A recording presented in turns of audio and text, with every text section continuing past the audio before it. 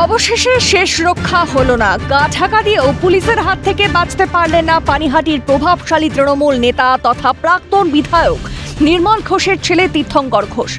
সোমবার ভোররাতে দক্ষিণেশ্বর এলাকা থেকে খড়দহ থানার পুলিশ এক গোপন অপারেশন চালিয়ে তাকে গ্রেফতার করে। লটারির 1 কোটি টাকা ছিনতাই থেকে শুরু করে ভোট পরবর্তী হিংসা, একাধিক গুরুতর অভিযোগে অভিযুক্ত তীর্থঙ্করের গ্রেফতারির পর ক্ষোভে ও উল্লাসে ফেটে পড়ে গোটা পানিহাটি এলাকা। এলাকায় দীর্ঘদিন ধরে জমি দখল, সিন্ডিকেট রাজ, প্রমোটিং এবং তোলাবাজির সর্বাত্মক সাম্রাজ্য চালাচ্ছিল ঘোষ পরিবার। এছাড়াও তার বিরুদ্ধে 2024 সালের ভোট পরবর্তী হিংসা ও উস্কানির মামলা এবং সাধারণ মানুষকে হুমকি ও মারধরের একাধিক অভিযোগ রয়েছে।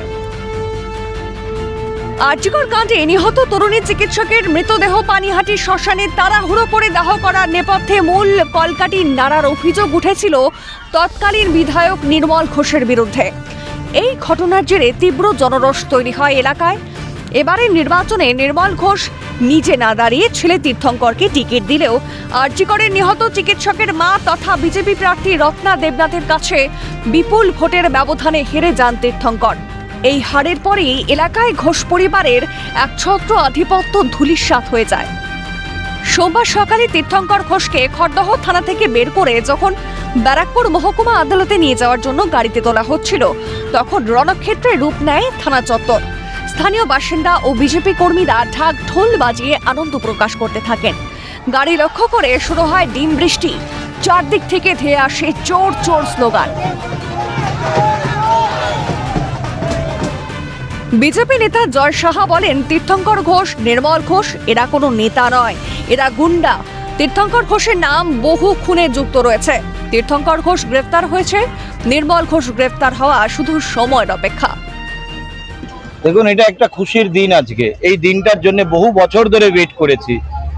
এই তীর্থঙ্কর ঘোষ, নির্মল ঘোষ এরা কোনো নেতা নয়, এরা গুন্ডা। নিজের সাথে কিছু গুন্ডা কাউন্সিলরদেরকে নিয়ে একটা দুর্নীতির আখড়া গড়ে রেখেছিল এই পানিহাটিতে, সেটাকে ভেঙে তছনছ করে দেওয়া হলো।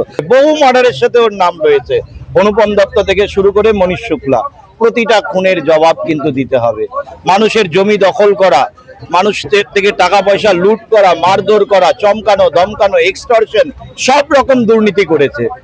এর জবাব দিতে হবে। তীর্থঙ্কর ঘোষ অ্যারেস্ট হয়েছে, নির্মল ঘোষ অ্যারেস্ট হওয়া শুধু সময়ের অপেক্ষা।